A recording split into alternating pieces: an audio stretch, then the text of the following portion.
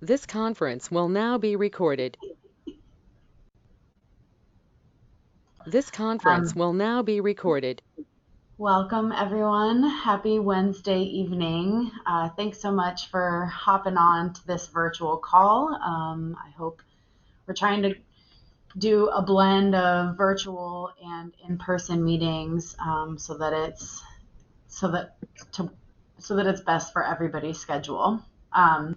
So I appreciate you being here this evening. I should have had one outside today because it's so beautiful.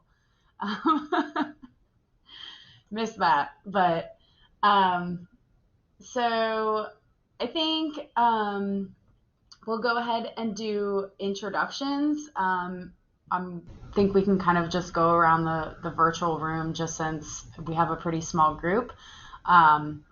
So just say who you are and maybe how long you've lived in the Tampa Bay watershed. So I'll start. I'm Sheila Scalaro. I'm the community program scientist with the Tampa Bay Estuary Program, and I have lived in the Tampa Bay watershed my whole life, so just over 30 years. So I'll pass it to you, Blake, because you're Hi, next on my everyone. list. So my name is Blake Simmons. I'm the new environmental social scientist here at TBEP. I was at the last CAC meeting. For those of you who were there, I won't be new to you, but for folks that weren't able to join, this is the new face that you'll be seeing regularly. And I have lived in the Tampa Bay watershed for a little over 4 months now, so very exciting. The next person on my list is Maya.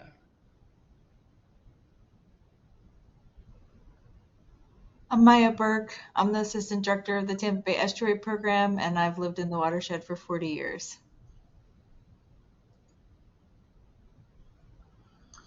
So after Maya, how about caller number one? Not exactly sure.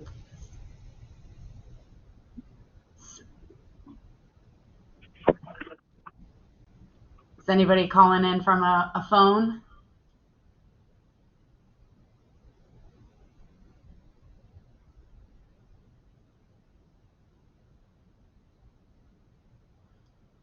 Okay, well, we can come back to you. Cynthia, you want to go next? Hello? Oh, is there another? Did the person on the phone call in? I don't I know. think you're Well, good, Cynthia. okay. All right. So I'm Cynthia Grizzle. I'm an environmental consultant here, and I have also been in Tampa for 40 years. So I've been here for a while. Ed, you're next on my list. Hey everyone, Ed Truitt, Director of the Tampa Bay Estuary Program. I've officially lived in the watershed about 21 years. Jan. Hi, this is Mo. Oh, Oh, go ahead. I'm, Go ahead. Hi, I'm Mo Quinlan. Can you hear me now? Yes. Oh, okay.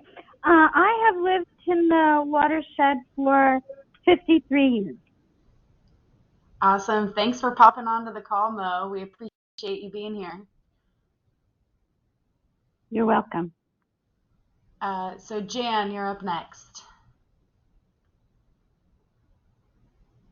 I saw you, but now I don't see you. Oh yeah, there you are. Jan, unmute yourself.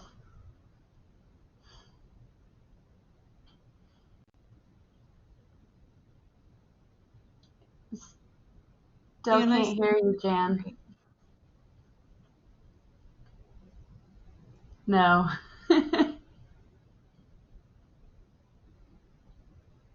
How about now? Yes. Yay. Okay. I'm so sorry. My name's Jan Allen. I'm co-chair of the CAC. I work at USF on the Water Atlas program, among other programs, and I have lived in Tampa Bay area since 1968. I have to do the math, but most of my life. Carrie. Thanks for joining, Carrie. Hi, everyone. I'm Carrie Walia. I'm the restoration ecologist for the Tampa Bay Estuary Program, and I've lived in the watershed for a little over 18 years. However, my parents grew up here, so they actually lived here in the 60s. So I've got some memories coming back here and visiting my grandparents. Laura. Hi, everyone. I'm Laura Crabtree. I am not working right now, but I'm doing a lot of volunteer work for the League of Women Voters, so I'll be giving the presentation today. But I have lived in the watershed area for, since 1984. So I was fresh out of high school when I moved here. So a long time. Great. Thanks, Laura. Looking forward to hearing your presentation. Liz, you're up next. Hi, I'm Liz Nail. I work for the Florida Wildlife Corridor Foundation, and I was born in Clearwater, so I've lived here all my life. I won't say exactly how long, but over 3 decades. West side or east side? West side's not in the watershed. Is it not? Well, I live in St. Pete now. Fun So. fact.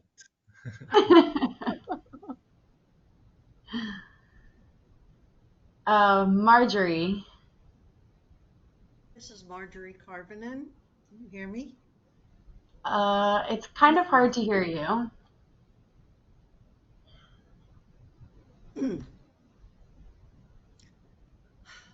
Now? We can hear you now.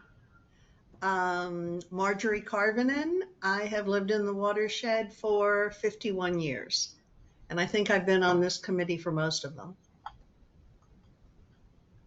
Thanks, Marjorie. Nadine.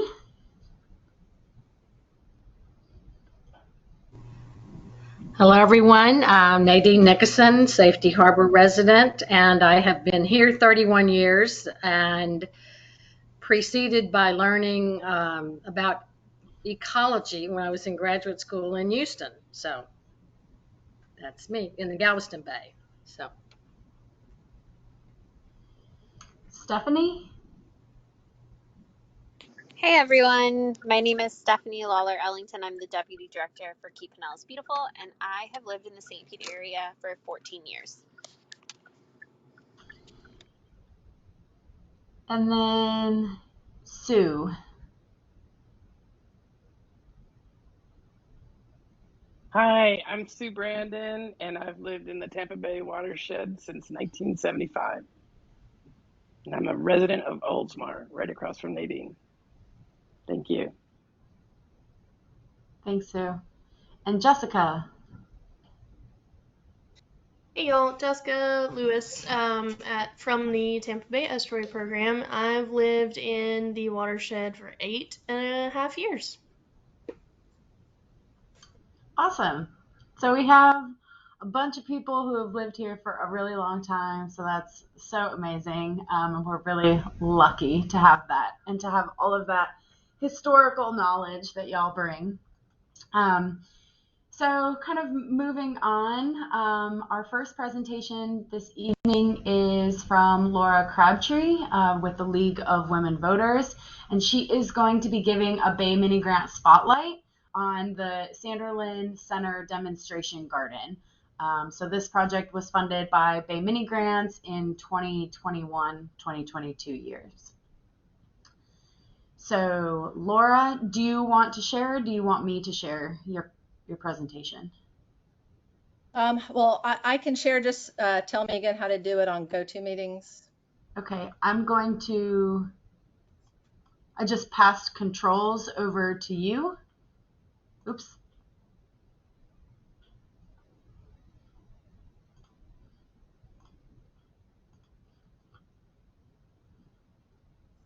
Did you receive a notification? Yep. Okay. Okay. And then at the bottom of your screen, there's a little icon that says share.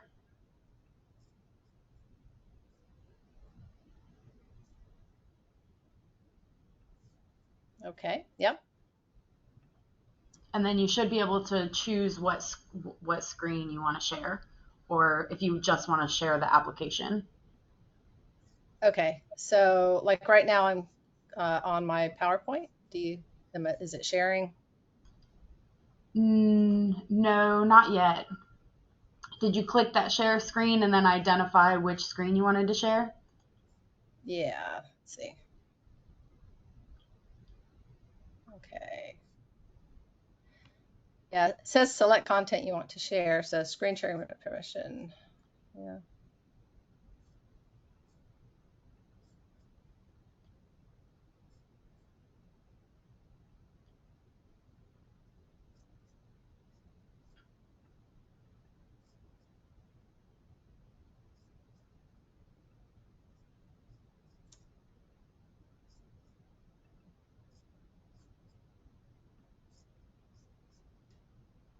Okay. Apparently it's not. Hmm. Do you want to just pull it up and then I'll just tell you to go to the Yeah, next I can slide? do that. Want to do that? So. Okay.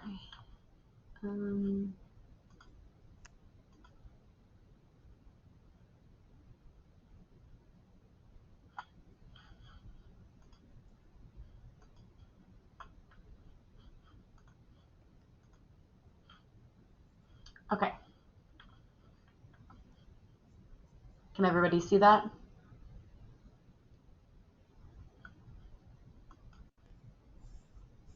Yes.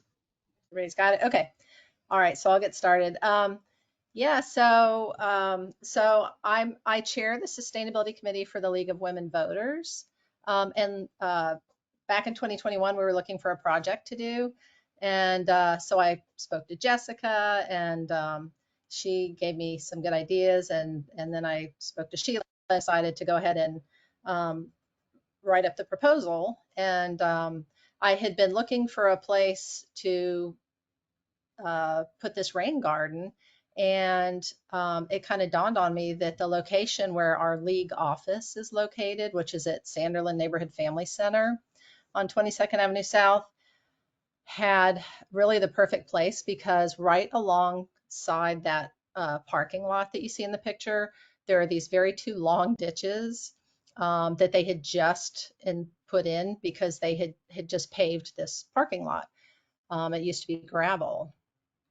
The Sanderlin Neighborhood Family Center is a place where they consider it a safe place. They have children come for after school programs and summer programs. There are offices there that they rent out to people like us, to counselors, to the Metropolitan Ministries, some other organizations as well, mostly nonprofit, and they are managed by the Juvenile Welfare Board. Okay, go ahead, next slide.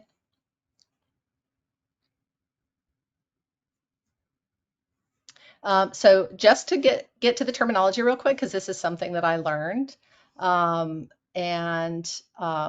rain gardens and bioretention basins are used interchangeably, but rain gardens are typically used to describe a planted depression, like on an individual homeowner's lot. And bioretention basin typically describes larger projects and community common areas and non-residential applications. So technically ours would be considered more of a bioretention basin, but that didn't sound very attractive in terms of getting people to want to come see our garden and to have the kids come out. So we stuck with rain garden. Okay, next slide.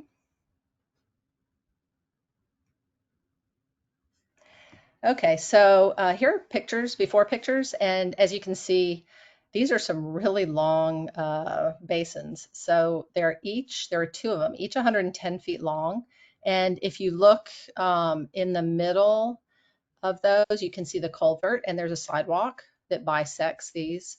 And so it's a lot, and it's manicured grass. There is an irrigation system. You can see that the Walters viburnum was put in before we got there, so that's not part of ours. Okay, next slide. Okay, so I'm cutting to the chase because you guys have probably heard a lot about rain gardens. So I want to go ahead and put up what it looks like now. So this is March of this year, and look at the difference. We've really got a lot of plants in there flowering. If you look to the left, you see the black-eyed Susans right in front of the red blanket flower, and then if you look down to the center of the ditch, you can see a whole bunch of black-eyed Susans growing right there. Those were all reseeded. We didn't plant those. Also, that frog fruit that's growing all through the bottom of the ditch just grew naturally. We had planted a couple of frog fruits over on the side, and they just took over. And frog fruit's a big attractor for many butterfly species and bees. So the garden just really flourished. Okay, go ahead to the next slide. And this is the other side. So lots of Dune sunflower up top, muhly grass. Same thing, lots of black-eyed Susans that we didn't plant, and they're just growing. So very successful. Okay, next slide. And right up at the top is where we installed the interpretive sign. And there's the Tampa Bay Estuary sign right there. And then we have some stepping stones that we put down. Okay, next slide.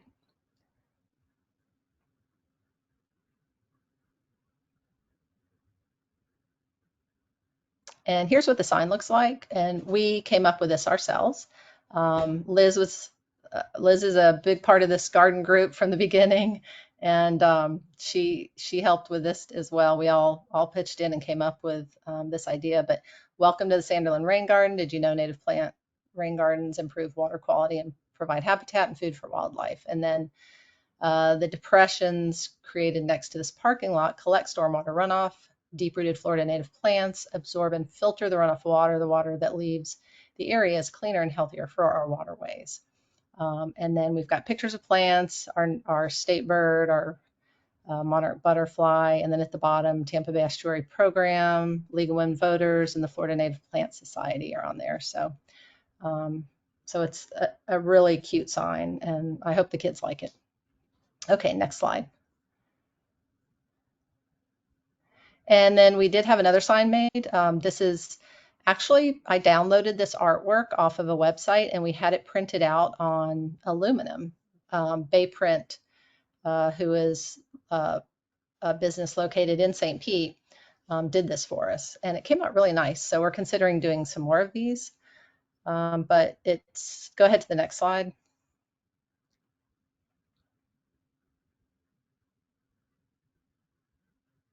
So you can see a little closer, just birds, bats, bees, butterflies, and beyond. So talks about a habitat for wildlife. So again, another sign that we hope people will want to read. Okay, next slide. So going back to when we installed the garden, which was Saturday, April 9th, 2022, we had 26 volunteers attend, including 4 from the Florida Native Plant Society. And I want to give a big thank you to Jan Allen, because she came out first and helped assess this area, because I wasn't even sure we could put a rain garden in. I didn't know anything about them. But she looked at the site, talked about a design, gave me the go-ahead. This will be a great place. And then I talked to Dana Parkinson from Gulfport, who is, some of you may remember, she's the one who wrote the proposal for the Gulfport Rain Garden. And she was awarded the mini grant for that and did a great job. So she helped me with the layout and came up with a design that I created within that picture that you see. And for that first day, I blew up the picture, had it put on a big poster board so everybody could see it, and printed out some handouts. And then that way everybody could carry the handouts with them as they were installing the plants. So go ahead, next slide.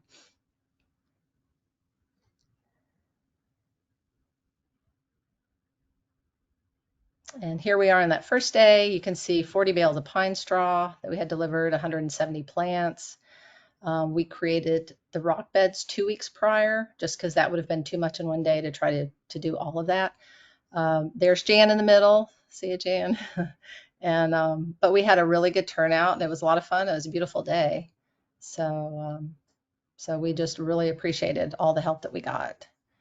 Okay, next slide.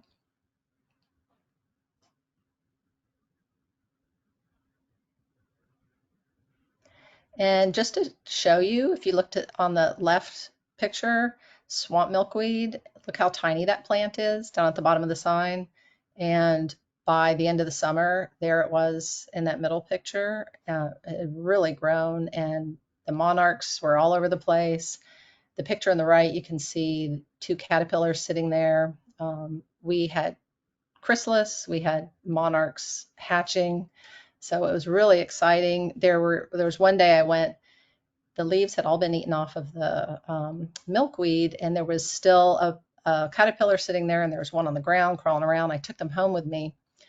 The one that had been crawling on the ground didn't make it, but the other one, I put it on my porch and gave it a milkweed, and sure enough, it built the chrysalis and hatched and flew off. So we did get to save one.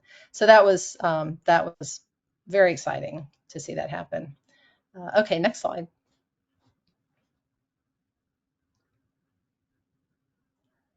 Okay, just some more pictures of the garden. So purple coneflower, blanket flower have been thriving.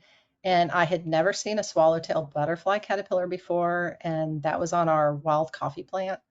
And that is, the word cute is overused, but that is a cute caterpillar. So, okay, next slide.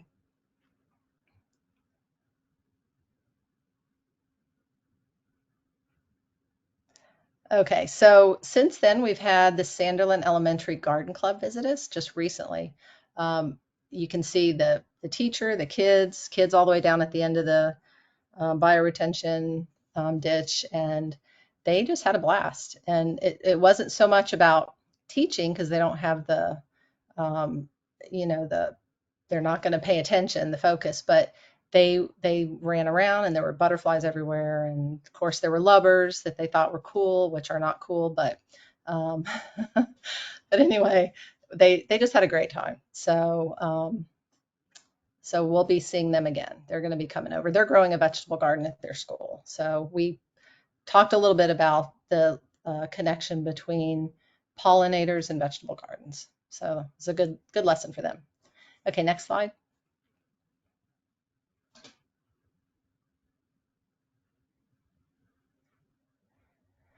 Okay, so if you see on the left-hand side, November 11th, day after Hurricane Nicole, it produced the most standing water since we started this project.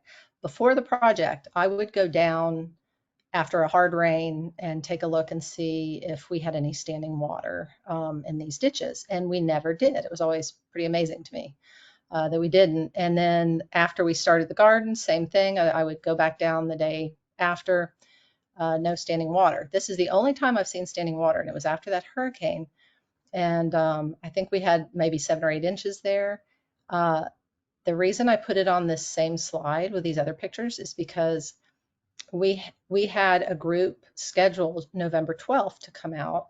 They're called Women in the Making, and it's a mentorship program for young ladies in high school and middle school age. And we almost canceled because of the rain and the thought that it would just be too wet.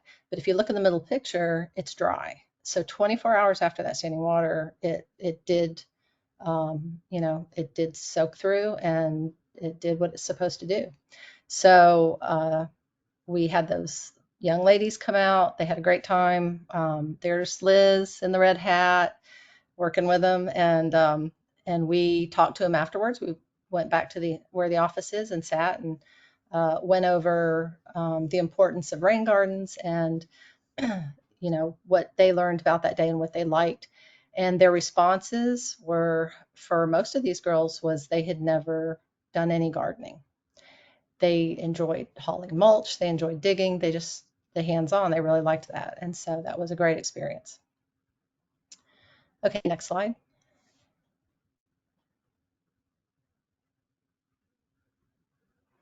So our 2 biggest, we had a lot of obstacles, but I had to pick the 2 biggest. A broken irrigation system and Bahia grass. So when we started this project, we were assured there was a good irrigation system, but it turned out it wasn't being taken care of very well. There were a lot of broken sprinkler heads and low pressure, and just things weren't working. So we hired somebody to come out and give us a consultation, and he ended up being hired by Sanderlin. And we've gotten it all fixed. So we won't be standing out there with hoses all spring before the rains come. So, so that's great. But the Bahia grass was a real problem. And as you can see on the left-hand picture where Jennifer is, that's all that grass we were trying to deal with. But what we did is we started cutting up cardboard, bringing in lots of cardboard, cutting those up and putting them down. And you can see in the bottom picture, Mike Murphy, retired biologist from FWC, loves to spend his time helping in the garden, as some of the others do too. So next slide.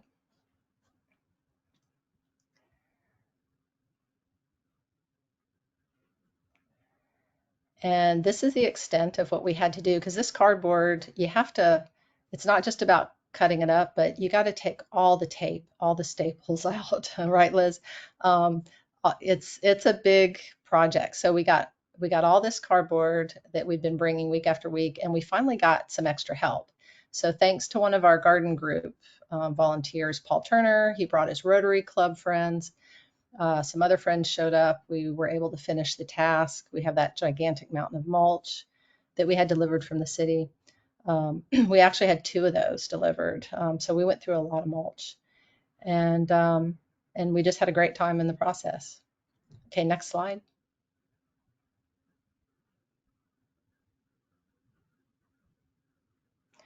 And I do have to give this shout out to Tito's Vodka, which seems like a strange combination to have, but Metropolitan Ministries, who I said has an office there, had Tito's Vodka come out and volunteer to help with the vegetable garden that Sanderlin is trying to grow.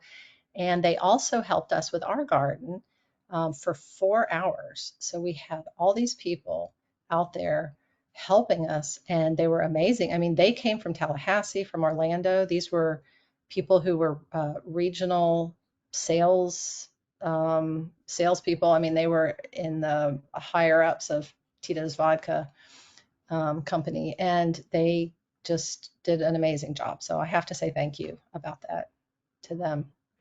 Okay, next slide. And I definitely want to thank Celeste Collins, Executive Director of Sanderlin, for her willingness to allow this project to happen. And she's been wonderful to work with. And we really appreciate her sharing her vision, because she was doubtful at times. So telling her this was a work in progress, and she let us continue. So that was nice. All right, next slide. And these are some of our volunteers.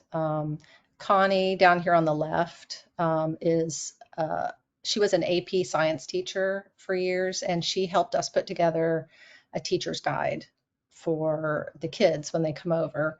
And so now we know how to talk with the kids, what things they're supposed to learn in their curriculum, and how to help them use that in the garden, and then activities that the teachers can take back. So we've had a great group of people helping us. Next slide.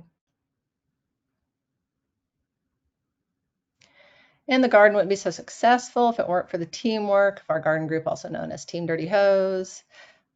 So there have been times when we all felt like we looked like this. Next slide. They have worked tirelessly nurturing every single plant, putting up with frustrating situations, and finding solutions to a long list of difficulties. So all this hard work paid off, because now community organizations and school children are using the demonstration rain garden as we intended it to be when submitting the grant proposal.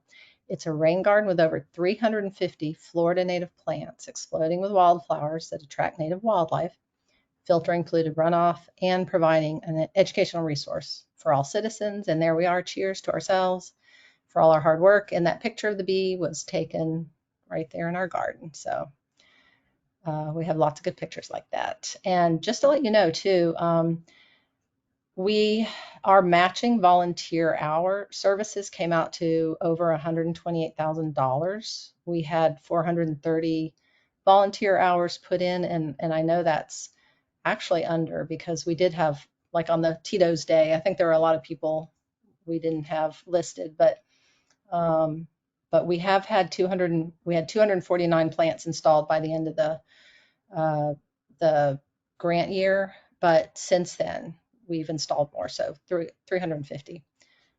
Next slide.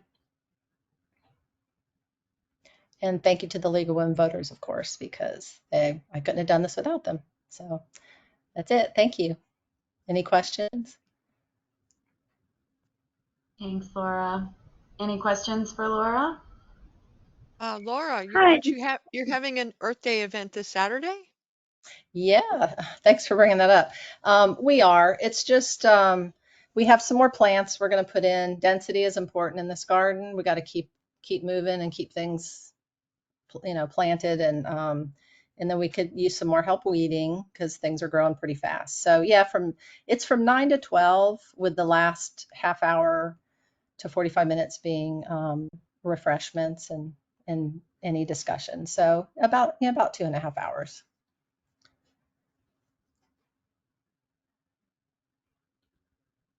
Hi, Laura. This is Mo Quinlan. Is it you can just go down during office hours there and look at the garden? Yeah, you can go anytime, because you can just pull right into the parking lot and get out and take a look at the garden. So any day, anytime. You would want to avoid school hours because that's when it's pretty busy. But if you ever really want a tour of it, let me know and I'll be there.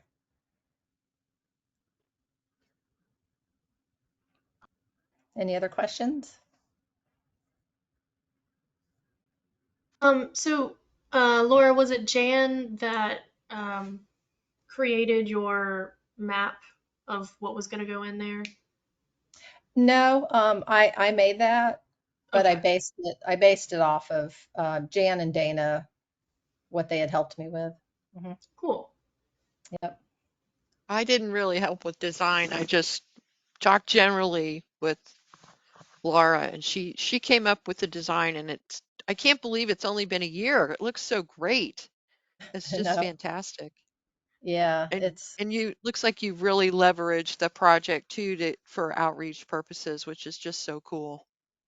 well, and that was the intent. I didn't want to end with this project just being, oh, we hope we'll see school kids or we'll see community members. I mean, we jumped right on board with getting as many people over there as we could.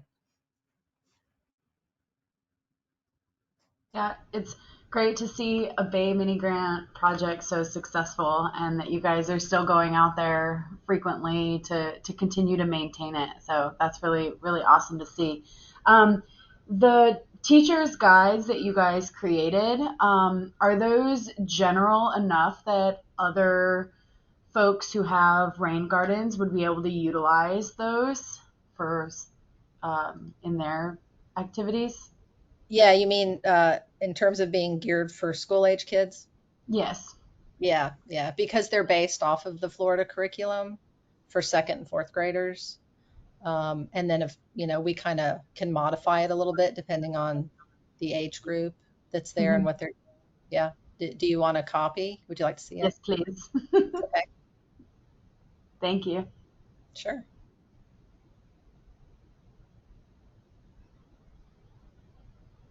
Any other lingering questions, Ed? Just wanted to give kudos. Thanks, Laura. This is a great project. And I think as these start gaining traction in the region, it kind of spurred some thoughts on how we could potentially create a working group. I've had some conversations with WM&F about a similar project in their bioretention area. And definitely if Laura, you're interested, as well as Dana is interested in offering support to entities like that, we could start creating a network, or these can be implemented on a broader scale. So definitely appreciate you guys' work. Yeah, thank you. And Jan was really the one who brought this up in the beginning. She said, this really should be a demonstration rain garden. And that's what led to the interpretive sign and the other signage and all of that, because there really isn't anything else in the area, I don't believe, where you can go and look at it and look at a rain garden to get an idea of what you should do. Everything's just online. So I'm hoping that that's what it'll become used for, is the community can come out and look at it and say, hey, maybe I can learn something from this. And We'll see if we could get you in WMNF too. Highlight it. okay. Okay, thanks.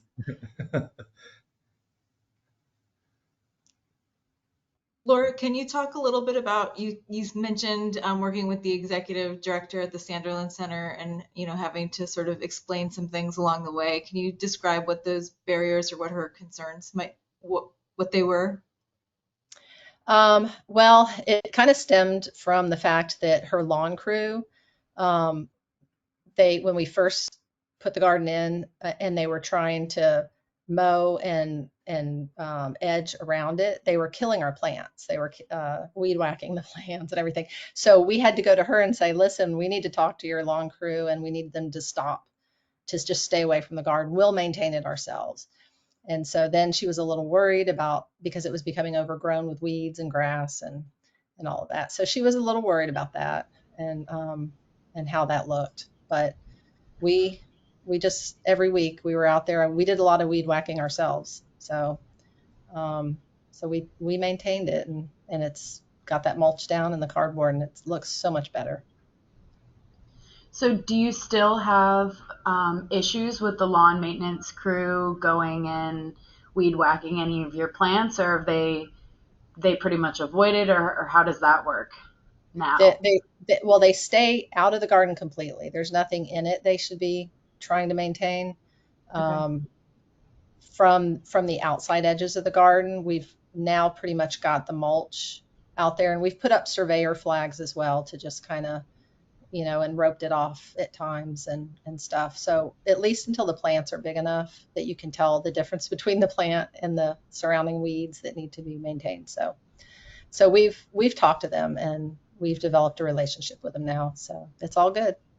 And she likes the aesthetics now that the plants have matured? Yep, she loves it now. Yeah. Awesome.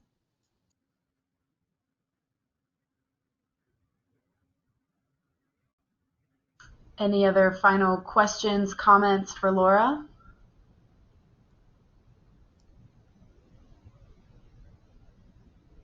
Hearing none. Hi, this is Mo. Hi, Go ahead, this is Mo. Mo. I just want to say a big thank you, Laura. Thank you, thank you, thank you. Okay. Well, thank you. Appreciate it. And extending that thanks to Liz for all your help and involvement in it, and same with you, Jan. We have a great CAC. My pleasure. Yeah, I learned about it through going to one of our events. What do we give back to the Bay? I forget. I'm sorry, the name of them. Give a day for the Bay. Give a day. Yeah. And so then after that planting, I joined the league to help be part of the garden. And Laura is very humble, but she is our fearless leader and is always the point of contact between Sanderlin and us volunteers and the mulch and the lubbers and the weed whackers, and it's always been an adventure, and she's always been the one to lead us. So congratulations, Laura. This is great. Great job. Thanks, Liz. And I'll be out there Saturday for the Earth Day. Going to bring some native plant information to try and, get some more converts among anybody that shows up to help. And Deb Rothenberger is going to come with me, she and her husband were also there for the installation a year ago. So we're going to be there getting dirty and giving info. We're still using her plant labels. They've come in really handy. I don't know if her husband's coming Saturday, maybe. Okay. Great.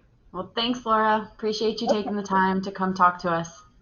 You're welcome. And anybody feel free to get in touch with me at any time if you want to come out and see the garden. I mean, like I said, you can do that anytime, but you can also get in touch with me and I'll tell you when we're there that you can come out, or I can meet you there at another time as well. So. All right. Well, thanks. I'm going to leave the meeting. So I'll see you guys. Thanks, Laura. Bye. And up next on the agenda, we have Blake. So Blake, I'll go ahead and pass it over to you. Blake's going to talk about our new equity strategy.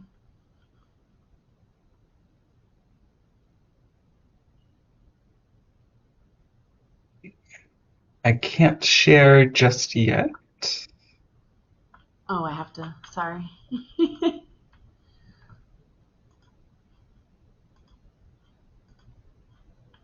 Ooh. All right, I want to see if this works. Yes, All right, can you see the full screen? we can see the full screen. Perfect.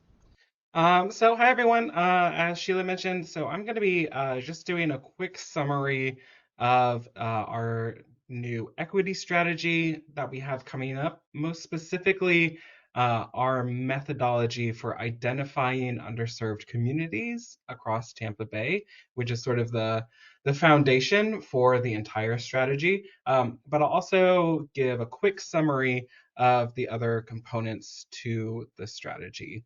And then we'll have time for questions or feedback at the end of it. I do just want to share with you all that the content that I'll be covering today, we have created a little GitHub web page that summarizes our plans for the equity strategy, and it also has, if you can see up here, this little methods tab, there are several pages where we give sort of step-by-step instructions for how people at home can replicate our methodology for identifying underserved and overburdened communities, and also for utilizing that to calculate baseline equity statistics and things like that. So if anytime, during my presentation you want to kind of follow along, the link is here. If someone, I don't really know how to multitask on GoToMeeting. It's already So in there. It's in the chat already. Perfect. Perfect. So feel free to follow along in there if you'd like. And before I get right into our equity strategy, I do just want to always sort of preface it with a clarification on what exactly we mean by equity. So when people think about equity, sometimes they confuse it with equality. And when we talk about equality, this is about equal opportunity for everybody. So everybody has access to the same resources, the same chances, the same services, and everyone gets exactly the same thing. Equity is different because equity realizes that with the same resources as one another, it doesn't necessarily mean that everybody's going to end up with the same outcome. And so equity is really focused on the final outcome for everybody and how you can divvy up resources differently between people to get them all to the same outcome. And then sort of the bigger picture of it all is what we call justice. You may have heard environmental justice quite a lot. And when we talk about justice, this is the removal of systemic barriers that create inequity. So it's a very sort of big establishment, fixing the system kind of a thing, which is usually much harder to do. But even though sometimes it's harder, sometimes it's a relatively simple fix. So, this little diagram here shows you a bit of the difference between all of those three things. And once you get to this justice end, this ideal end, is that with just one single resource, like a see-through fence, a metal fence, then you don't even have to worry about divvying up resources differently because everybody still gets the same outcome in the end. So now that does get a little bit more complicated. There are different types of equity. The thing that most people are usually familiar with is what we call distributive equity. And so this is pertaining to the distribution of costs, rewards, burdens, and benefits from interventions across the people that are in the system. And so it's really about, who is getting a share of the pie, essentially, and who deserves a greater share, who deserves a smaller share. Now, other Other times we have what we call procedural equity. And so this is about who's involved in the conversation, who's helping to make decisions. Are we inclusive of the diversity of stakeholders that are going to be impacted by whatever actions we're taking? And do they have an equitable share in the decision-making process?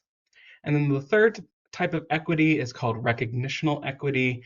And this is about whose values, desires, identities, and knowledge is contributing to the end product and is reflected by the intervention. So this one is one of the rarest types of equity that people discuss because it's a bit sort of more abstract.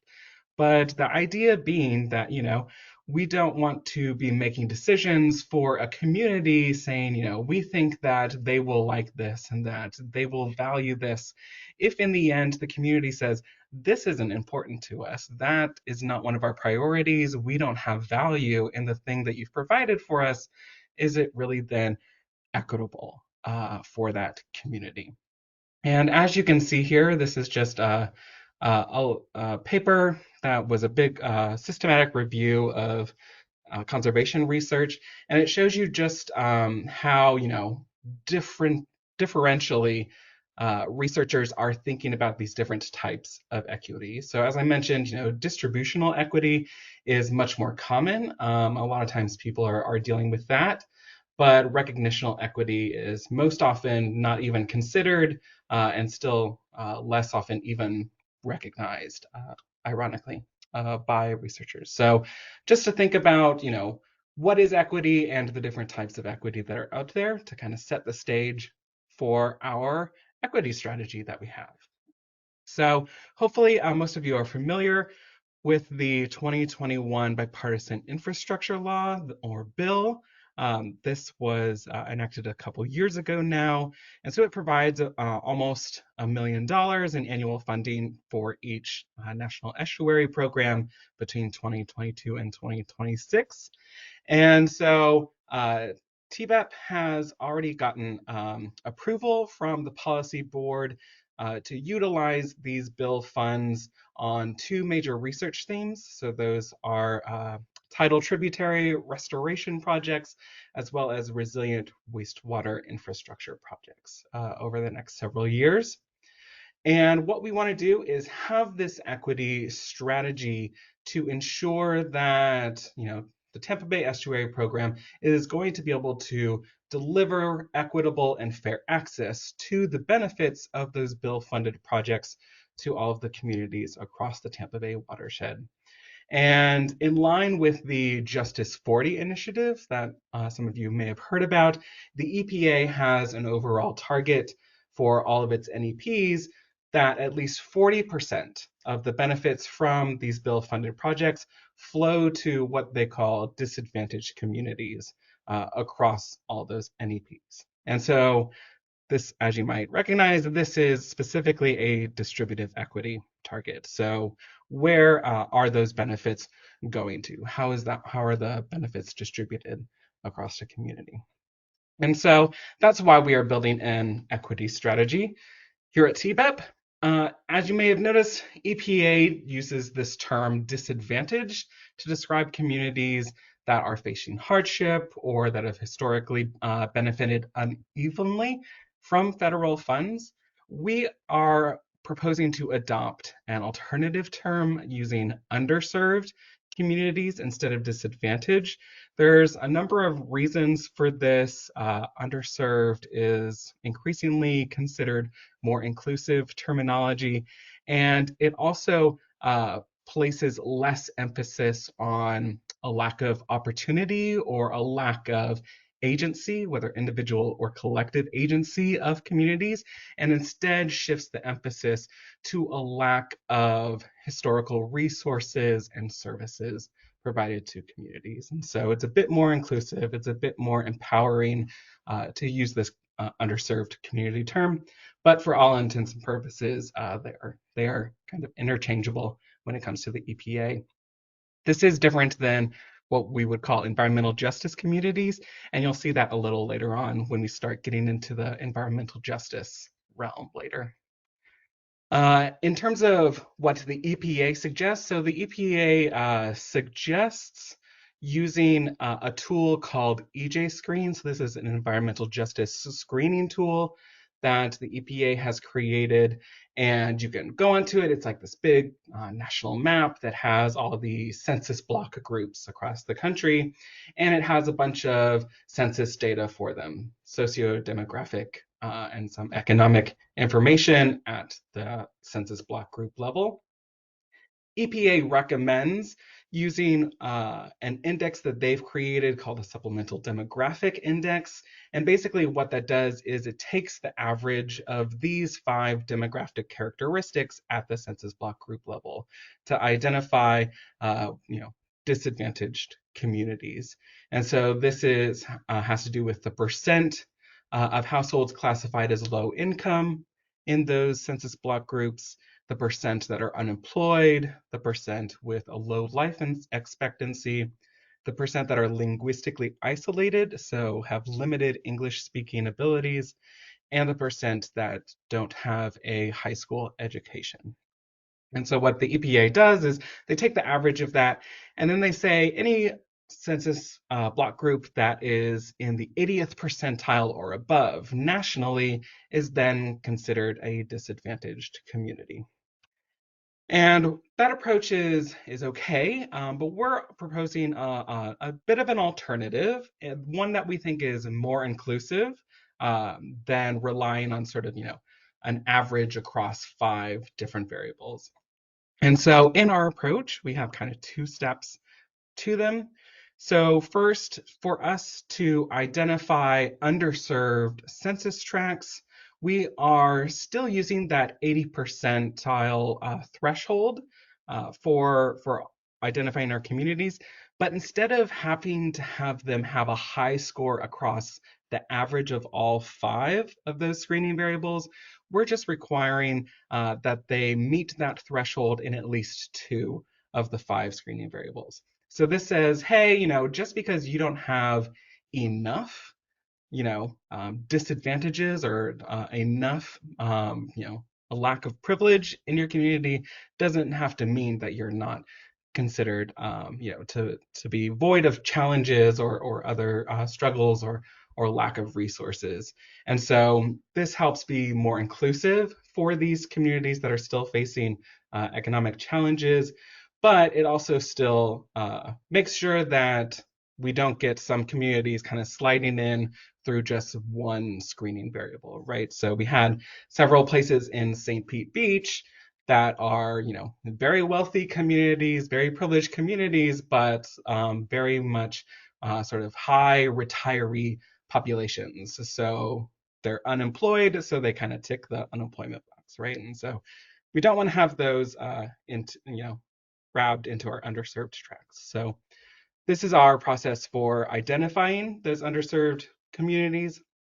And then once we have those underserved communities, we go a step further to characterize the environmental justice issues facing those communities and identifying what we're calling overburdened communities.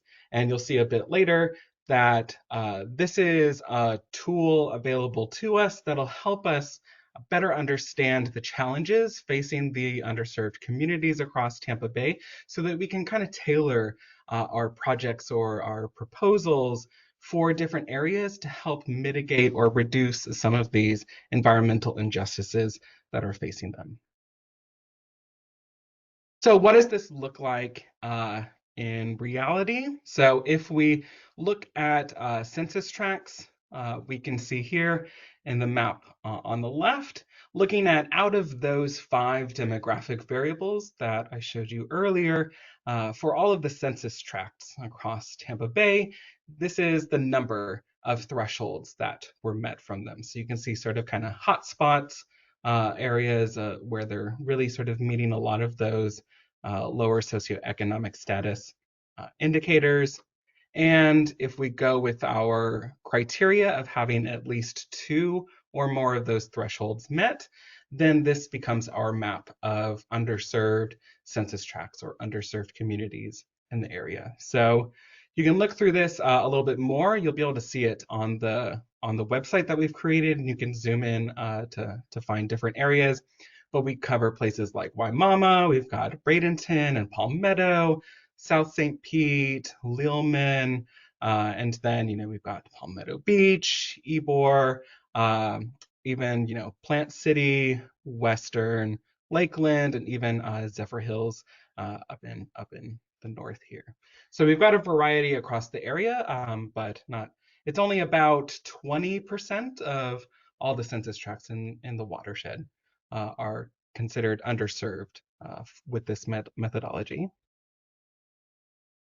But a lot of planning, recognizably, doesn't really happen at this, socio-political, delineation of census tracts, right? So we thought another helpful way to help us plan for our environmental programs and activities would be to view underserved communities at the scale of individual drainage basins.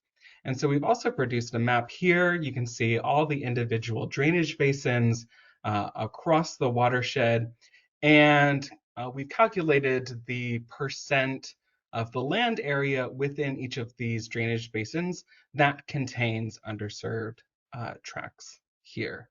And so this is just another way for us to be able to evaluate potential areas where we might want to put projects. You can say like, oh, let's head over to Salt Creek, let's head over to Joe's Creek, what have you. And then you can get an idea of the general proportion of that drainage basin that is underserved and could therefore benefit from a project that you have going on.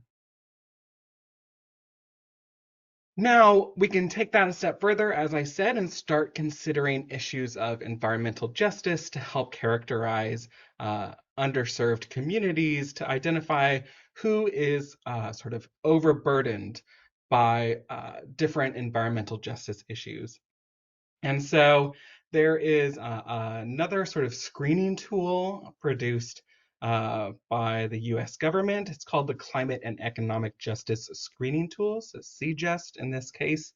And it's very similar to EJ Screen.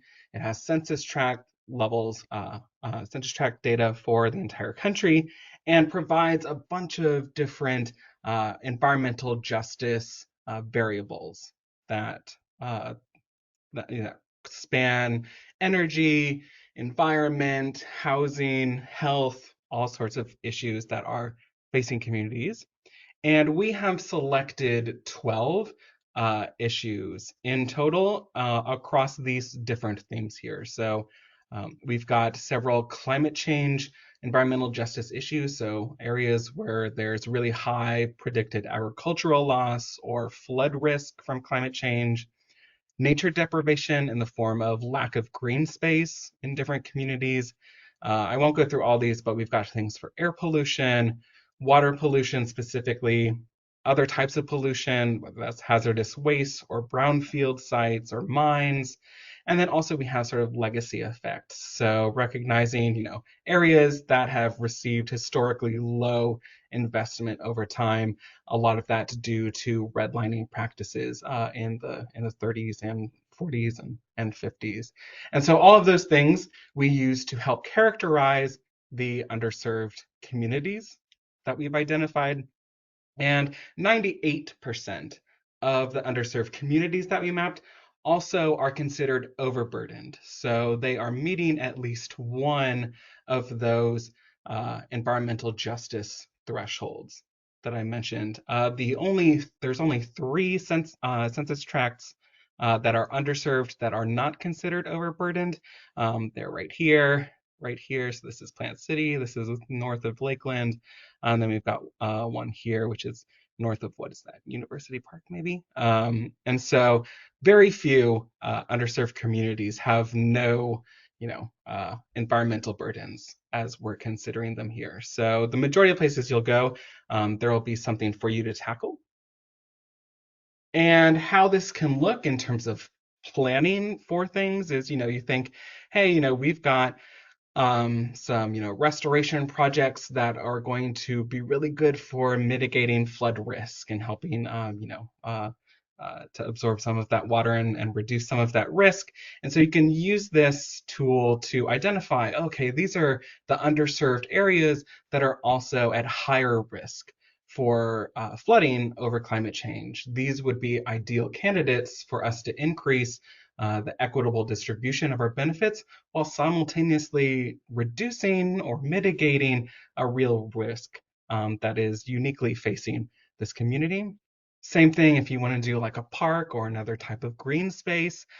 These are some of the underserved communities that are currently lacking in green space and in terms of, wastewater discharge. So if you're wanting to do more resilient water, wastewater infrastructure projects and things like that, these are other areas where those could be real priorities for the communities that are there. So how do we actually track progress toward meeting that 40% target? Well, so I'll go into a little bit more detail later on, but at least through the lens of bill funding specifically, we are proposing that for a bill-funded project to be considered to benefit an underserved community and thus contribute toward that 40% target, it has to meet one of these following criteria. So the project either has to be within 1 mile of an underserved community, or it needs to be in a drainage basin that has underserved communities within it, and those communities, at least one of them anyway, needs to be downstream of that project. And this is because we recognize that, hey, just because a project has a physical location in one spot, it doesn't necessarily mean that that's the only area that benefits, right? Even just the project that Laura was talking about, you think about, where does that water end up that is now benefiting from filtration? Well, it goes downstream. So can we track where that water is going and where those improvements are happening?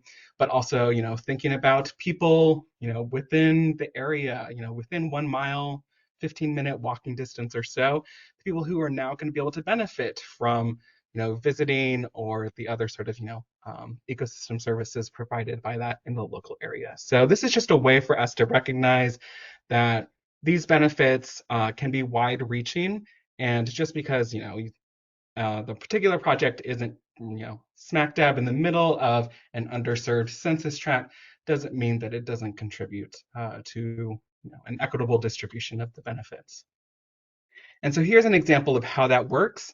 You can see this. This is taken from that website, and so you can explore this on your own. But here's some examples. Here we have a map. The black boundaries here, these are drainage basins that contain underserved communities. This red rectangle here, this is an underserved community. This area is Eastern Clearwater. And then we've got two little yellow points here. So these are two restoration projects that occurred along this creek here. And then all the blue lines are what FDEP calls, flow lines. So these are just waterways, essentially. And so this is a way for us to say, okay, hey, we've identified these projects here. They're not within 1 mile of this underserved census tract here, but they are along a river that flows, adjacent to it. In this case, though, the community is upstream of the benefits, upstream of the project, so it's relatively unlikely that a significant amount of benefits would be felt by that community. In contrast, if we look at this example down in South St. Pete, here we have an example of restoration projects occurring next to the lake. And in this case, the downstream influence of those benefits would go almost directly through at least 2 underserved communities here. And here and even further down the stream. So in this case, we would consider this project to be contributing to our equity targets for at least these 2 underserved communities here. And so that's just a general quick sort of example of how that shakes up in practice. And then for that 40%, just to clarify, there are a lot of different ways that you can measure the flow of benefits, but for consistency purposes with how the EPA is tracking this, for bill-funded projects, we are going to focus on the proportion of projects that benefit underserved communities and the proportion of bill investment dollars that are benefiting underserved communities, both of those being 40%. And why are we doing 40% for both of them? Well, because it looks like it might be pretty realistic for us to be able to achieve that. So we have created a little baseline here. I don't know how long I've been talking. I'm wrapping up soon, I promise. We've created a little 5-year baseline here for habitat restoration projects from 2017 to 2021 before bill was passed. And here you can see, the percentage of habitat projects that benefited underserved communities according to our criteria. The proportion of Section 320 funds invested that benefited those communities. Section 320 funds are federal EPA funds through our annual work plan that we get, and then over total project costs that are invested in that given year. So everything that isn't doesn't come from the EPA, just all the money that is funneled to these projects. The percentage of them that benefits the communities. And so you can see, and also in this graph, that there's a few years where we actually exceeded that 40% target without having this, this equity strategy in mind. So especially when we look at total investment dollars, 2019 and 2020, we exceeded this target. We came really close in 2019 in terms of projects contributing to that. Section 320 funds, this is a bit of a funky one. Don't place too much emphasis on it because there's not a lot of funds in total for these first 4 years of this 5-year baseline. So that's why it looks like really ridiculous. We look amazing, right? But it's mostly because there's not much money in that pot that it looks really good. But so one of the reasons why we're going with 40% is it aligns with the goals of the federal government, but also we can envision that it would be reasonable for us to be able to sustain that target and even, maybe exceed that target pretty regularly over the next several years. But I do want to just emphasize, all of this has been specific to projects funded through bill, but it doesn't mean that this is as far as we're going. So we are currently, doing a big update to our entire CCMP, and our goal is for all of our CCMP goals and actions to consider individual equity components to them. And so we are going to continue to have this conversation to think about how can we continuously improve our equity efforts and build a broader equity strategy that goes beyond, the specific requirements for bill-funded projects. And so just to give you an idea of what that might look like, things that we are thinking about and preparing for is thinking about, how do we set targets for different types of equity? So maybe we want to set a target that says, hey, a certain percentage of all of our projects must be informed by consultations with stakeholders in nearby underserved communities, or at least have them as project partners. So that would be an example of a procedural equity target.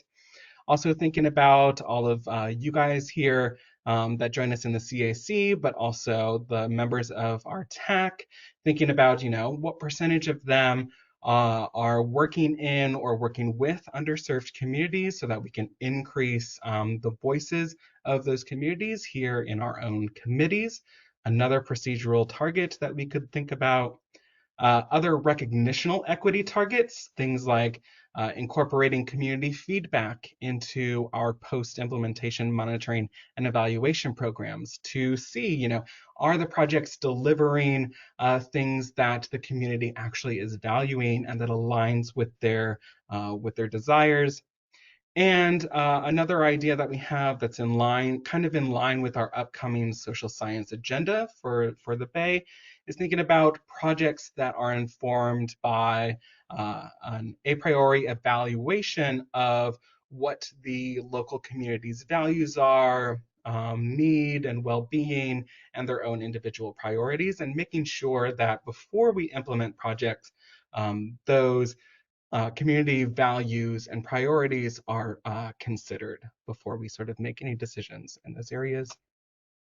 And then again, other things, this has specifically been focused on, habitat restoration projects that have kind of like precise locations, right? But we have a bunch of different types of projects here at TBEP that could also have their own contributions to equity. And that's, research and monitoring projects and outreach and education projects. So really starting to think about, what if a project includes students or teachers from Title I schools, or any other types of stakeholders from underserved communities?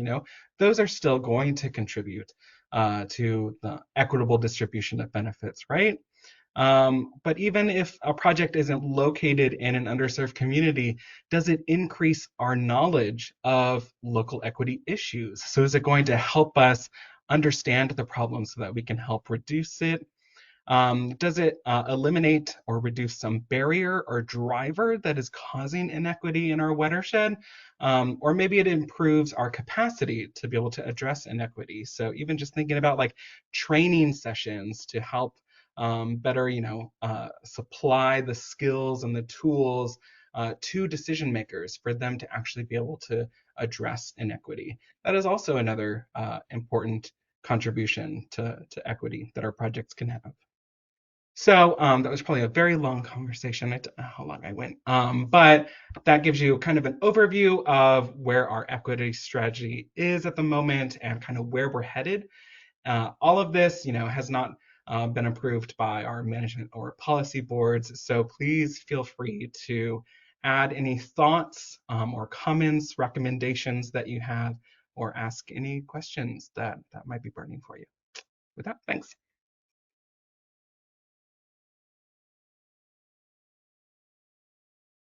Thanks, Blake. Are there any questions, feedback, comments for Blake?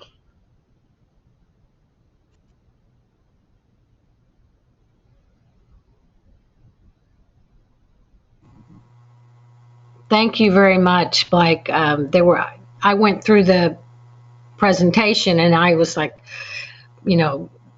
different initials, et cetera. And so it's much clearer now. and I'm really broadening my education and the DIE, initiative. So that was great. Thanks a lot. We do love acronyms. I try to reduce them. They are useful, especially in presentations, just sharing that out.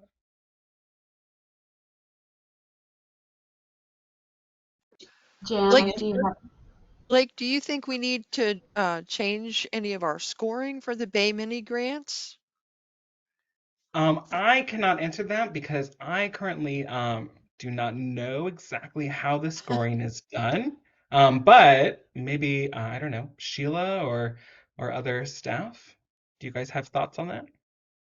Yeah, I think you bring up a really good point, Jan, and that's something that I think we want to start talking about or start considering as a group, about how we can start to fold some of these equity strategies into our different funding programs, particularly for this group, the Bay Mini Grant. So I don't know, maybe in the near future, we can talk about potentially creating maybe some targets for the number of Bay Mini Grants awarded, or incorporating an equity component into the review packet. So that's a really good point, Jen.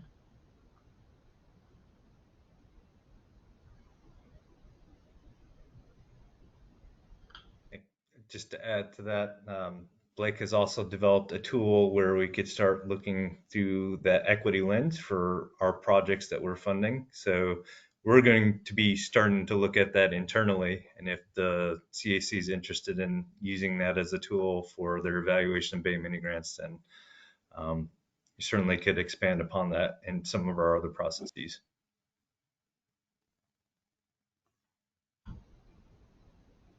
I just wanted to thank Blake. It's really so much depth to this, more than you think. You know, we looked at the wonderful presentation on the Sanderland Center, and then you also kind of think we're all the parties involved with the decisions that, you know, produced that garden, and it's just a lot deeper than I thought. So thank you for doing that wonderful presentation. Thank you.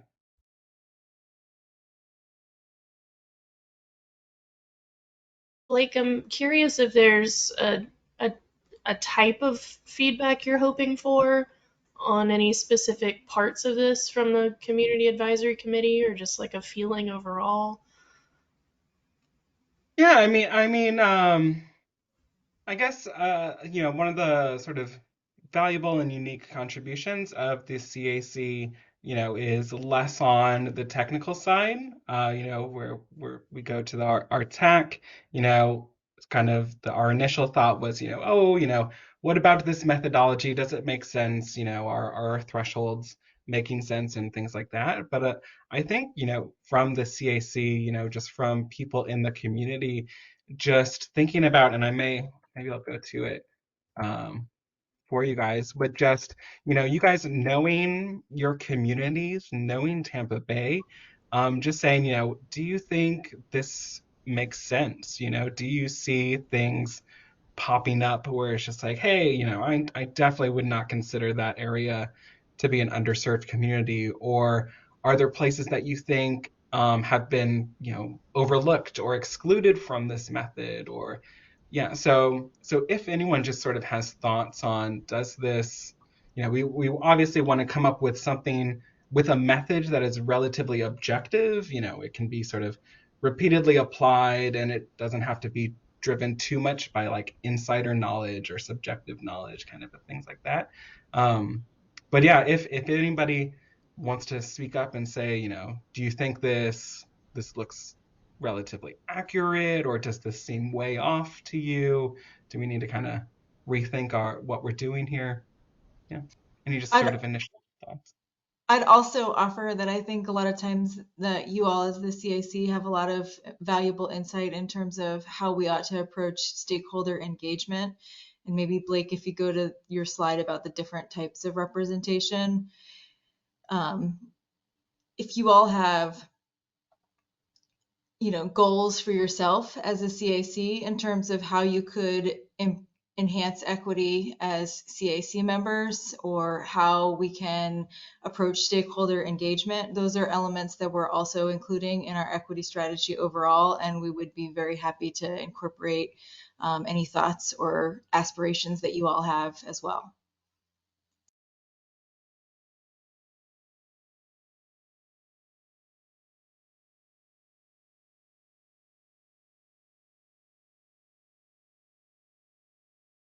Any ideas?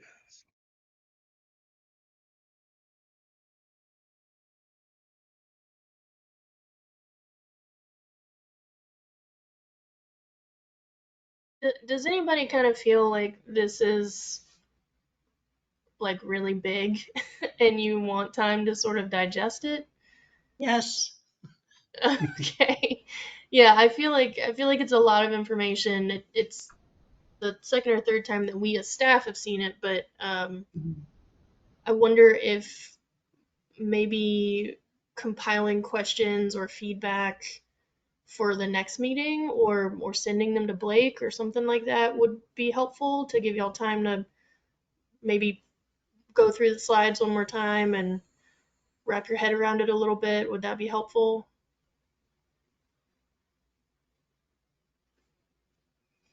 I think that Yeah. would be helpful, particularly, you know, since we have the presentation and it does have the link in there where you can go and explore the map, that interactive map.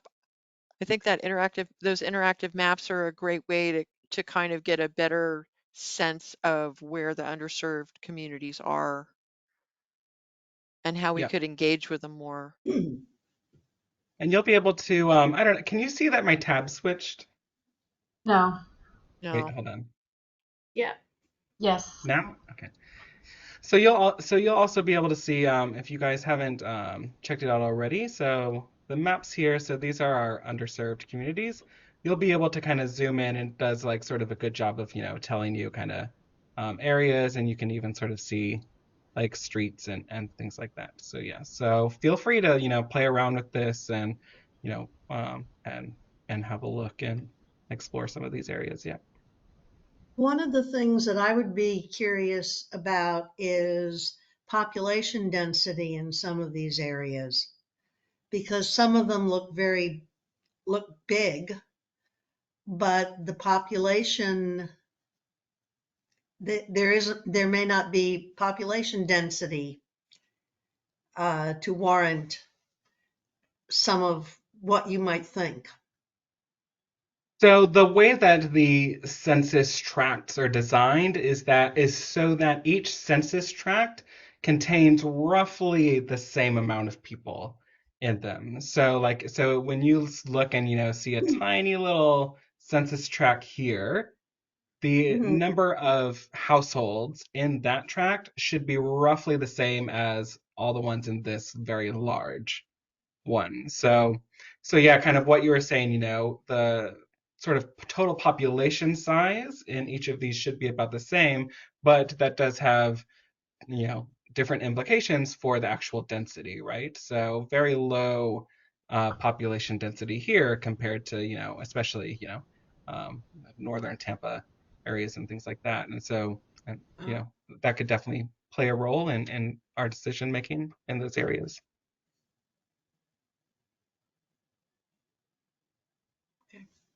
Sheila and Ed, is this something that like the CAC needs to like approve to move forward to the policy board, or are you just looking for feedback? No, we're just looking for feedback. We thought it would be good to bring to the CAC's attention, especially because they review all of our Bay Mini grants and have a big interest in our community engagement. So Yeah, I think the only thing to add, if there was like a specific recommendation that the CAC wanted to provide to either the management or policy board, we would welcome that too. And if you guys want to have it, digest it for a little bit, my email is right here. You can also find me on the TBEP website. Just reach out anytime you have thoughts or questions. I will propose an action. So take some time over the next week or two and review it, and try to get some feedback or some considerations about how the CAC might incorporate some equity strategies or some equity components in reviewing Bay Mini grants or selecting a Golden Mangrove winner, and try to get us that feedback by is May 1st. No, that's not enough time. So maybe May 10th. Would that be okay? Sure.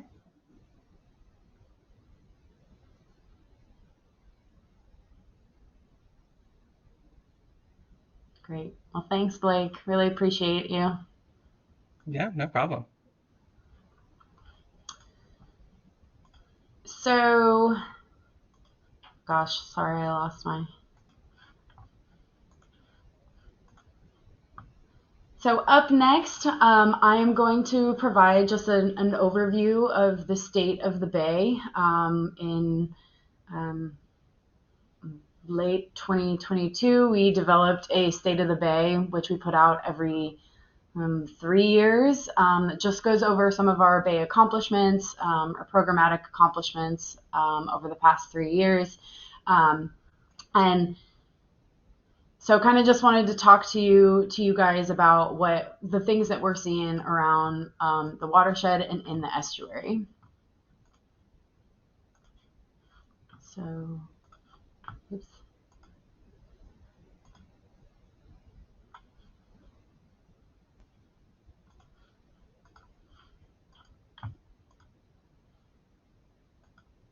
So can y'all see my screen? Yes. Okay. Yes. So most of what I'm going to talk about, I'm going to focus pretty much on water quality and seagrass, and also we have some fishermen in the CAC, so I also want to include some Nectin or fisheries updates. But we've seen some really big changes in the bay's health over the past several years, as you perhaps have seen in our newsletters that we send out or in news articles. So we just wanted to give you guys an update on kind of where we are at and what we know about what's happening in the estuary. We have had some turnover in CAC members, so although many of us here today have been in the area for a really long time and might know a lot of the background information on some of this stuff, I do want to just provide some of the basics or simplify it a little bit so that folks that might watch this tomorrow or at a later date have the same starting point that we all do. So just orienting us a little bit, most of us know where the Tampa Bay estuary is, but a lot of people don't know that our watershed is about 5 times the size of the estuary, which is Florida's largest open water estuary. And so because of its size, shape, and hydrology, we often subdivide the bay into like 5 major subsegments.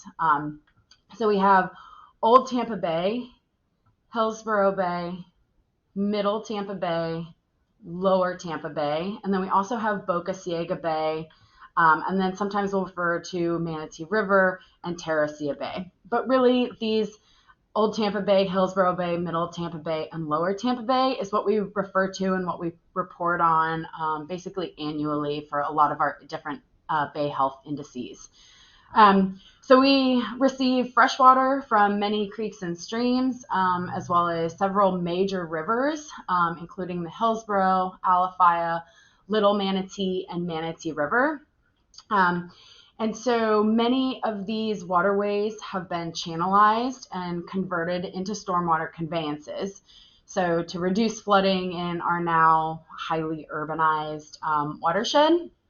And so following large rain events, these rivers and creeks can now deliver significant amounts of fresh water to the estuary. And these seemingly minor water quality alterations can have negative, like long-term negative impacts on our estuary.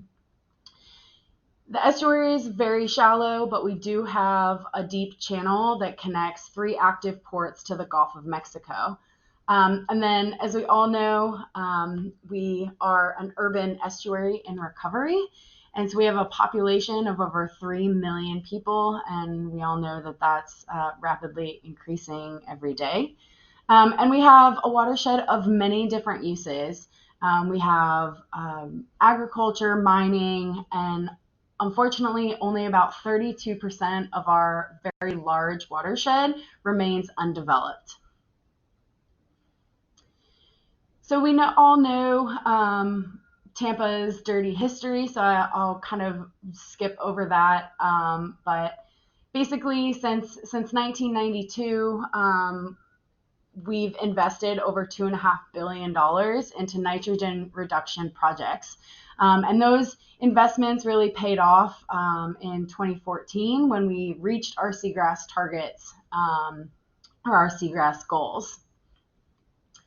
But since then, or since about 2018, we've been seeing some significant signs of stress in the estuary.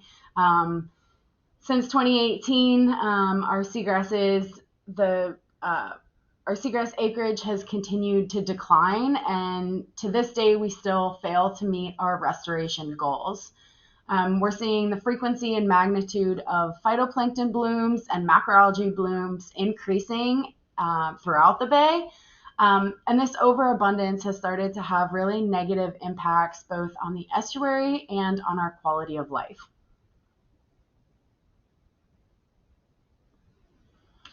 But before we can get too far down into water quality and some of the changes that we're seeing in the estuary, it's really important to talk about nitrogen. So nitrogen is an essential plant nutrient. However, if you have too much of it in the water column, it will fuel algae blooms, which can reduce oxygen levels in the water and result in fish kills, and it will limit light available for seagrasses. So at TBEP, we focus primarily on reducing nitrogen at its source. And so every 10 years, we identify or look at the various sources of nitrogen loading into Tampa Bay. So if you look at this pie chart, this breaks down the different contributions of nutrients, particularly nitrogen, entering into Tampa Bay. And what you can see from this pie chart is that the majority of the nitrogen entering into Tampa Bay is from non-point sources. So what that means is that the majority of the nutrients entering Tampa Bay is coming from stormwater runoff. So stormwater, for anyone who isn't familiar with it, is any water that falls on an impervious surface during a rain event. So historically, before we were significantly developed, the rain would have fallen on a hardwood forest or pine flatwood or some other natural ecosystem.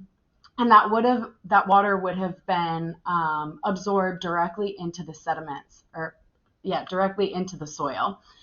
So now that we are so significantly developed, the water usually lands on roofs or roads or sidewalks. And since that water can't be absorbed by that material or that hard surface, it moves laterally and is diverted into Tampa Bay.